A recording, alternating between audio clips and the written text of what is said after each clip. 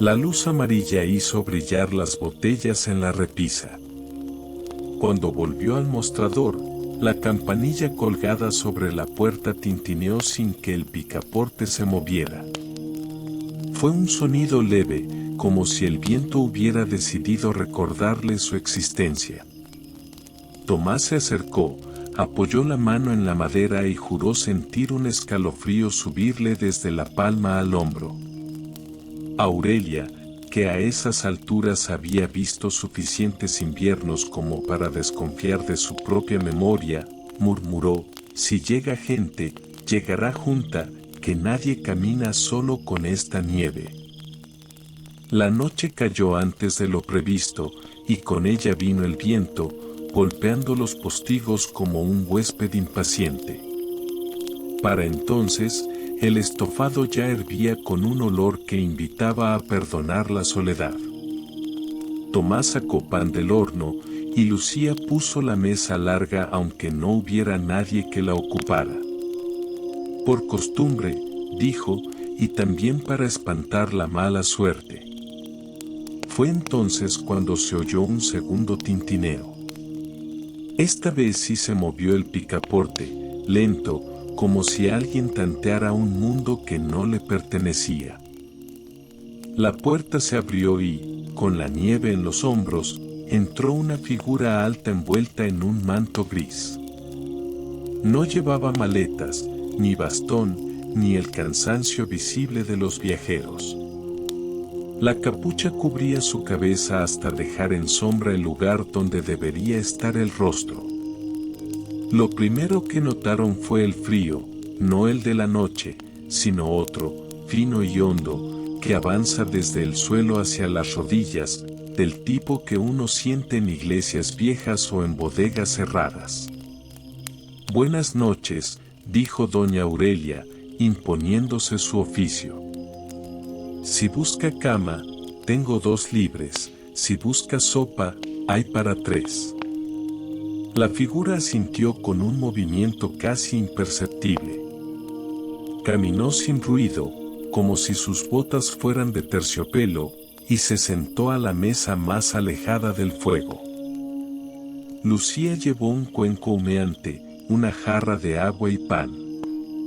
Al dejar el servicio, la manga de su blusa rozó la mano enguantada del viajero. Fue menos de un segundo, el tiempo que tarda una chispa en nacer y morir. Y, sin embargo, Lucía apartó la mano de golpe, como si hubiera tocado algo metálico. No supe si estaba caliente o frío, contaría después, lo que supe fue que no era una mano cualquiera. Tomás, que fingía ordenar botellas, observaba el perfil de la capucha. Quiso encontrar la línea de una mejilla, el brillo de un ojo. Vio, en cambio, una oscuridad orgullosa, una sombra que parecía hecha de sombra. El viajero inclinó la cabeza hacia el cuenco y comió sin levantar sonido, sin que el vapor empañara la tela de la capucha. Nadie en la posada había mencionado al huésped sin rostro esa noche. Pero el silencio que se instaló tenía exactamente su forma. Cuando Tomás puso el pan sobre la mesa, el viajero deslizó algo por la superficie de madera, 3 monedas.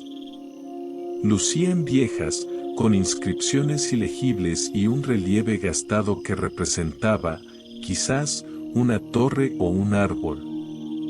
Eran bonitas, como joyas encontradas en un río. Tomás las tomó por inercia y se le helaron los dedos. No es posible que el metal esté tan frío, pensó, las llevó al mostrador y, en secreto, trató de morder una. El sabor fue extraño, ni cobre ni plata. Un sabor antiguo. Quizás son de coleccionista, aventuró Lucía, intentando encajar el mundo en una explicación.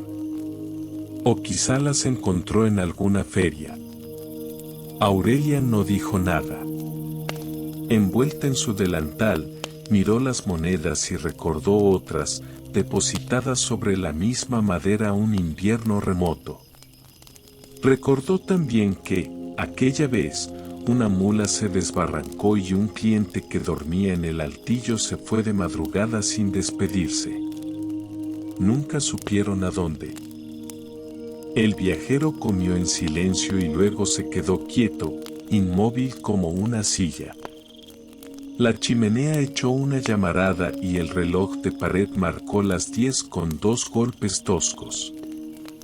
Entonces, la campanilla sonó por tercera vez, suave, como si el aire fuera una cuerda tensa. Tomás giró hacia la puerta por reflejo. Nadie entró. Cuando volvió la vista al fondo de la sala, el cuenco estaba vacío, el pan intacto y la silla vacía. No lo vi levantarse, dijo Lucía, con la voz apretada. Ni yo, respondió Tomás. Doña Aurelia caminó hacia la mesa, lenta, con esa dignidad que tienen los viejos capitanes frente al mar. La silla no se había movido. La madera seguía tibia por el fuego cercano. Sobre el mantel, además de las 3 monedas, había algo que antes no estaba, una llave pequeña, de hierro oscuro, con un diente roto. ¿Dejó esto?, preguntó Lucía. Aurelia asintió, pero su gesto no fue de afirmación sino de aceptación resignada. Como si la llave perteneciera, desde siempre, a la posada. Se oyeron pasos en el altillo. Aurelia alzó la cabeza. Solo hay un huésped esta noche, dijo, y no ha subido ninguno.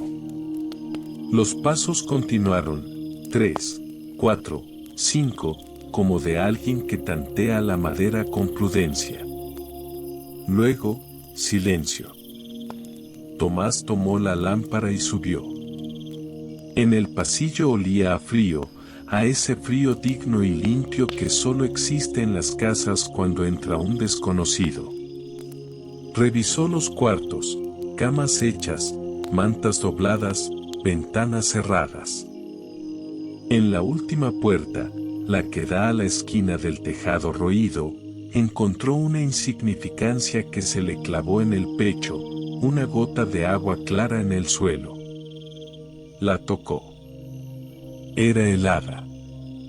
Encima, la ventana mostraba un círculo de vaho, como el que dejan los niños cuando soplan contra el cristal. En el centro, trazado con un dedo invisible, un símbolo simple, un círculo y, dentro, una línea vertical. ¿Qué es eso?, preguntó Lucía desde la escalera. Una marca, respondió Tomás. No sé qué significa. Es la señal, dijo Aurelia desde abajo, sin subir. La señal que dejan cuando vuelven. ¿Quiénes? Los que nunca se fueron del todo. Bajaron en silencio, con la lámpara haciendo girar sombras en las paredes. La llave descansaba todavía junto a las monedas. Lucía la tomó entre los dedos. A pesar de su aspecto humilde, pesaba más de lo que debía. Era el tipo de llave que no abre cerraduras modernas, sino baúles perdidos, puertas que ya no están. Tomás pensó en el altillo, en el cuarto del fondo, aquel al que no entraban desde la muerte del padre. Pensó, también, en la trampilla del sótano, sellada con clavos y una tablilla de pino. La llave encajaría en cualquiera de los 2 lugares y, sin embargo, sentían que no encajaba en ninguno. En realidad, parecía hecha para una cerradura que solo existe cuando alguien la necesita. No la uses esta noche, pidió Lucía. Aurelia, en cambio, miró el reloj. La hora en la que ocurren las cosas que no se cuentan, dijo, es ahora. Si vino,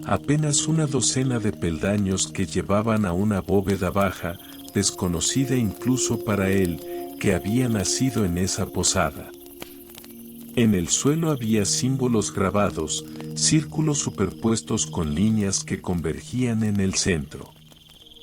Y en ese centro, sobre una piedra lisa, descansaba un cuenco metálico lleno de agua quieta, idéntico al que habían visto en la mesa de arriba.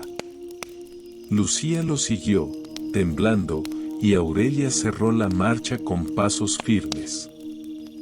Al ver el cuenco, suspiró: siempre vuelve aquí.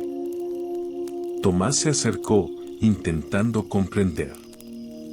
El agua reflejaba su rostro, pero distorsionado, sin ojos, sin boca, apenas una máscara lisa. Dio un paso atrás. Lucía ahogó un grito. No era solo su reflejo, en la superficie había dos rostros más, oscuros, inclinados bajo una capucha gris. Eran idénticos y, al mismo tiempo, no lo eran, como si fueran ecos de una multitud interminable. De pronto, el agua se agitó sola y un objeto salió a flote, otra llave, más pequeña aún, hecha de un metal que no reconocieron. Flotaba sin hundirse. Tomás extendió la mano y la tomó. En el instante en que la sostuvo, escuchó dentro de su cabeza un susurro: habitación del tejado. Subieron de nuevo, con el corazón latiendo a destiempo. La posada parecía diferente. Las paredes respiraban, los vidrios de las ventanas estaban empañados, y en uno de ellos se había dibujado otra vez el mismo símbolo, el círculo y la línea vertical. Aurelia habló sin girarse: cuando aparece la segunda llave, significa que el huésped reclama cuarto. No baja al sótano a buscar lo suyo. Prefiere dormir cerca del techo, donde el viento le acompañe. Lucía negó con la cabeza. ¿Y si no es huésped? ¿Y si es otra cosa?